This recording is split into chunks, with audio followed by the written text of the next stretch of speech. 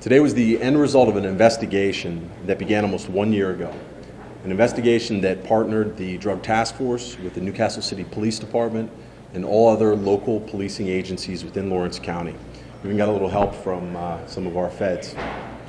Beginning at 4:30 this morning, members of the Drug Task Force Special Investigations Unit, the Newcastle City Police Department's Special Response Team, the Newcastle City Patrol Department and detectives, Neshannock Police Department, Union Township, Shenango, New Wilmington, Pulaski, the Sheriff's Office, the Juvenile Probation Office, State Parole, and the DEA executed 10 arrest warrants on 9 adults and 1 juvenile, all residents of Lawrence County. These warrants were targeted at a criminal organization, and the goal was to destroy the entire narcotics distribution network of the Schmidt organization.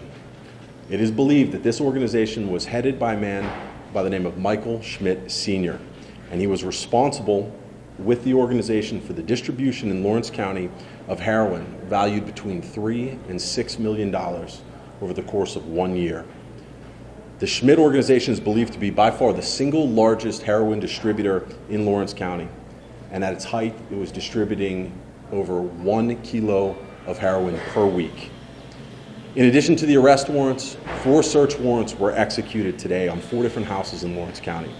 And as a result of those search warrants, $43,000 in cash was seized, 4 cars, 3 ATVs, 3 guns, over $40,000 in heroin, and over $15,000 in jewelry. There was tens of thousands of dollars in shoes, in hats, in clothing. All of it was taken from the residences. Several of these houses are being considered for forfeiture. I want to take this opportunity to thank the brave men and women who, unfortunately, I cannot identify by name. They are our task force officers, our special response team members, our patrolmen, and our agents that work day and night on this case. They were the ones who were in danger. They were the ones who persevered despite the many roadblocks and setbacks we encountered over the last year. They built this case from the ground up, and it is only because of their steadfast devotion to duty that I stand here today. It is my belief that no one person or agency can do it alone, and only through collaboration and cooperation can we successfully eradicate those who would do harm in our community. It is my sincere hope that today's arrests send 2 messages.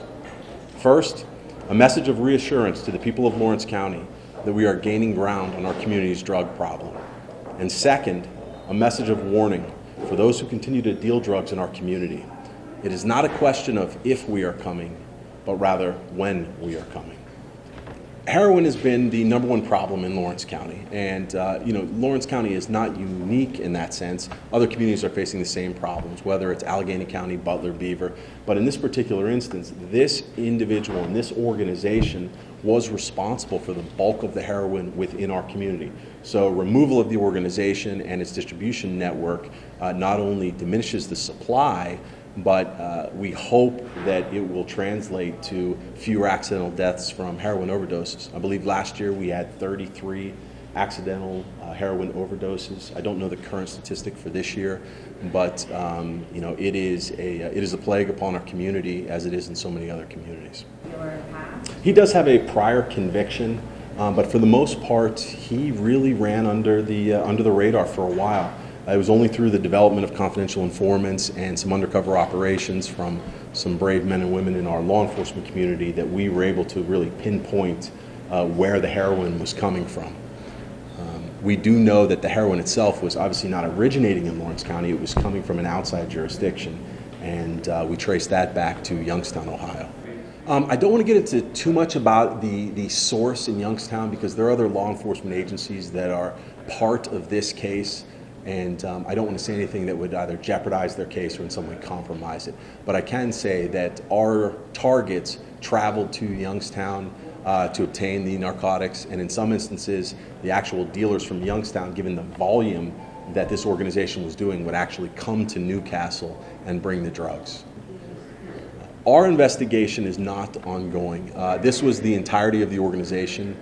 There are a couple peripheral players that right now police have detained them and they're interviewing them. And we did also have an opportunity earlier today to interview most of the suspects.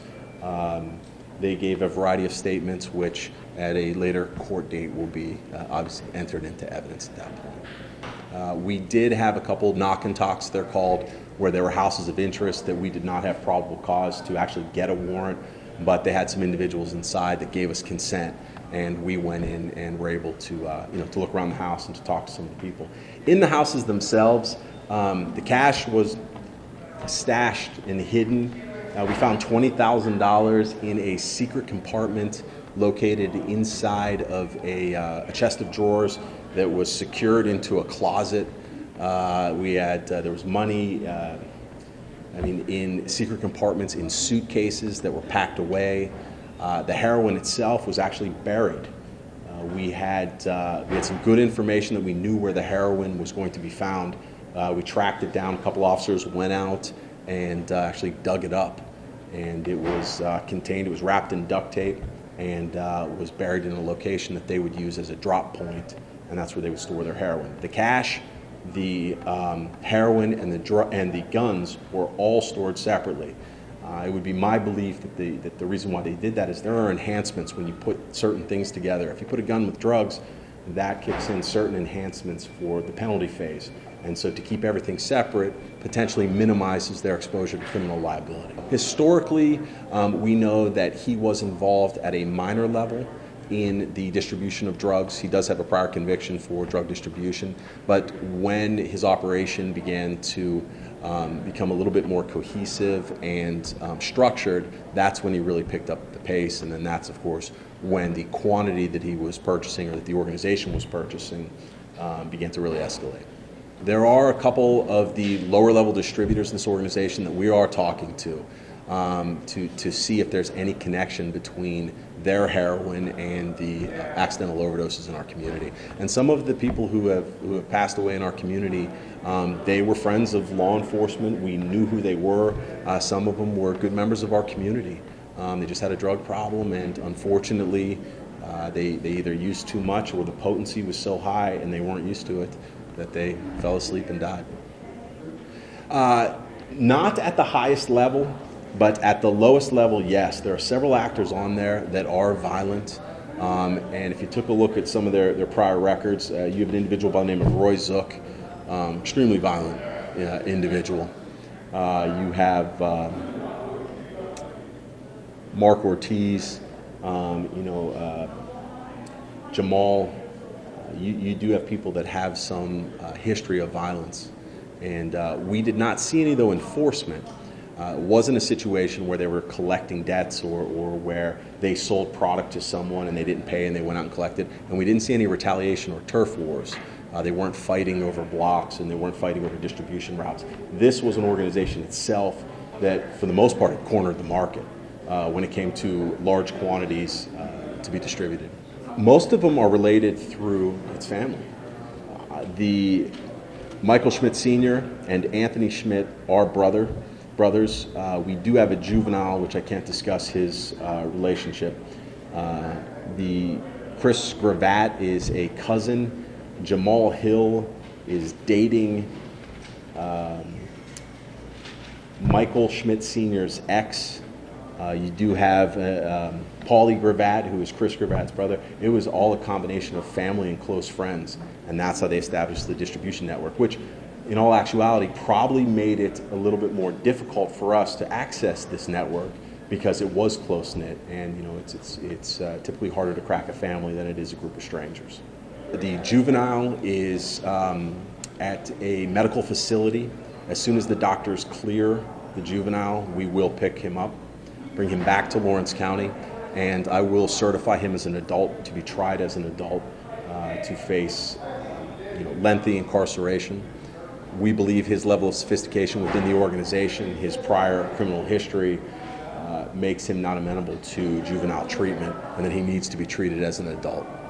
The individuals that were actually picked up today were Michael Schmidt Sr., Anthony Schmidt, Christopher Gravatt, Paul Gravatt, Stacy Heaney, Jamal Hill, Mark Ortiz, and Jody Hoover. we make sure that, if one of our cases overlaps in other jurisdictions, that we reach out to them and advise them of where we are in our investigation, and then try and get a good barometer of where they are, because you never want to do something or take a particular action that's going to ruin someone else's case.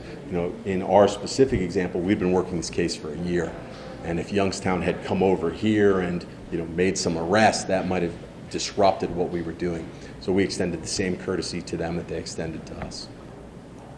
Any other questions? Okay. Thank you.